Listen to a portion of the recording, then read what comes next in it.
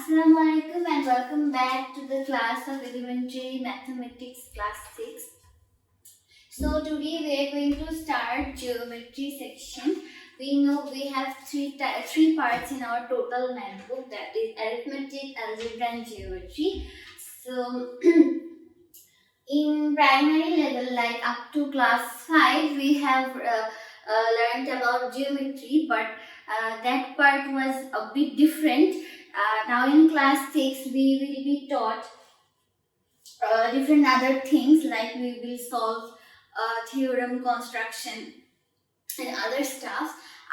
Up to class 5 we didn't have topics like construction, theorem.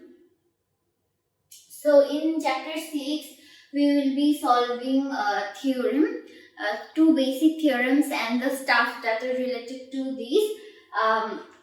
And also this chapter is very much important for the MCQ part. So it's very important for us to understand the concepts regarding geometry. So yes, without any further ado, let's start. So firstly we will talk about the topics that we are going to learn on exercise 6.1.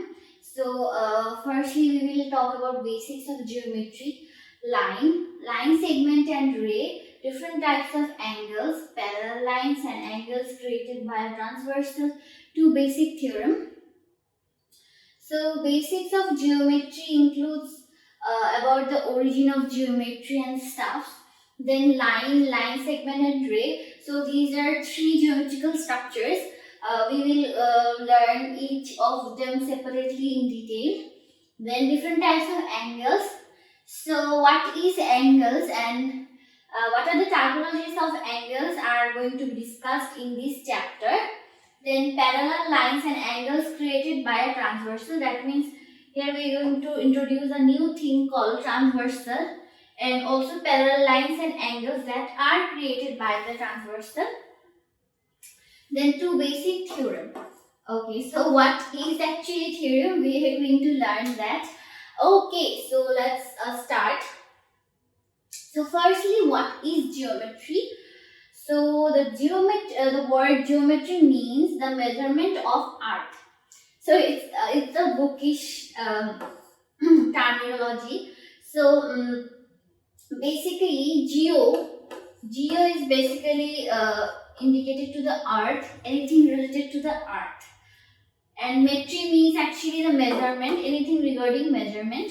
So geometry means the measurement of the earth. That means in geometry we are going to measure different things and different stuffs, different shapes and things of the earth. That means that are present in the earth.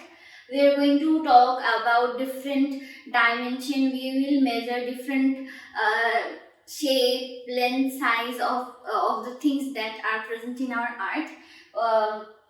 Okay, if we say about the definition, so geometry is a type of math that deals with points, lines, shapes and surfaces. So it's actually a part of math where we deal with points, shapes, lines and surfaces. That means something like object. We deal with different objects, lines, shapes, figures.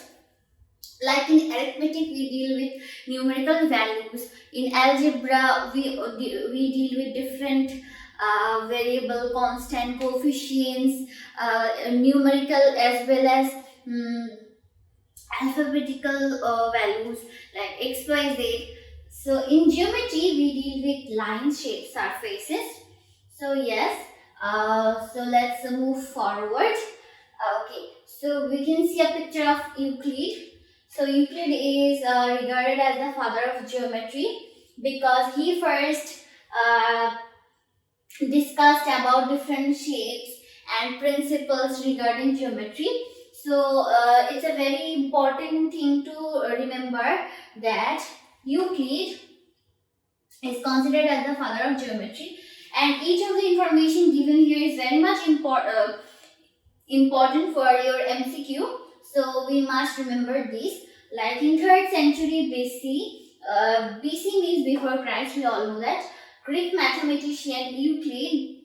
So here we are getting another information that Euclid is from Greece, that he is a Greek mathematician. In 13th part of his book, put down the definition and principles of geometry. So here we have a lot to remember. Firstly, we need to deal that who is the father of geometry. It is Euclid.